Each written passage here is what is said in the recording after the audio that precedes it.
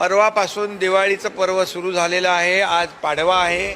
पाडव्याच्या देखील सगळ्यांना खूप खूप शुभेच्छा।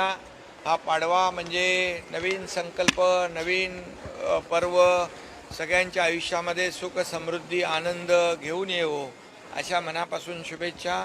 सगळ्यांना शुभेच्छा। तमाम महाराष्ट्रातल्या लाडक्या बहिणींना, लाडक्या भावांना, लाडक्या ज्येष्ठांना, लाडक्या शेतकऱ्यांना सगळ्यांना शुभेच्छा। बळीराजाचं आलेलं संकट दूर हो आणि त्याच्या आयुष्यात देखील हा पाडवा सुखाचे, आनंदाचे, समृद्धीचे दिवस घेऊन येवो।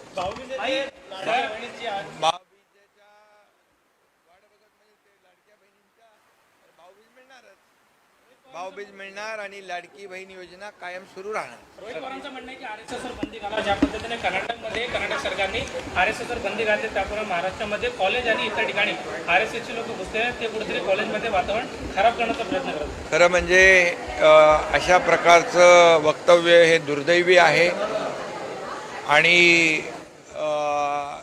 निषेधार्ह आहे। याची निंदा, निषेध करावा तेवढा कमी आहे।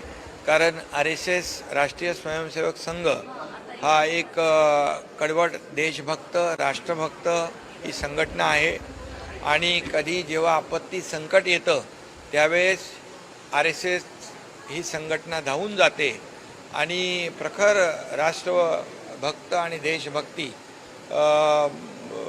वर काम करणारं हे RSSचं संघटन आहे।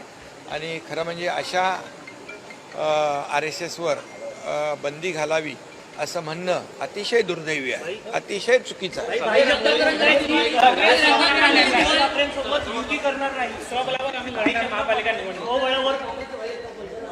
आता लोकशाहीमध्ये प्रत्येकाला अधिकार असतो आणि लोकशाहीमध्ये प्रत्येक पक्ष आपापला निर्णय घेत असतो, त्यामुळे त्यांचा तो निर्णय असेल।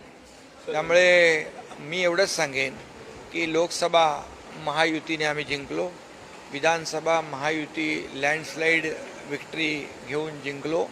आता स्थानिक स्वराज्य संस्था देखील मध्ये महायुतीचाच भगवा डौलाने फडकेल।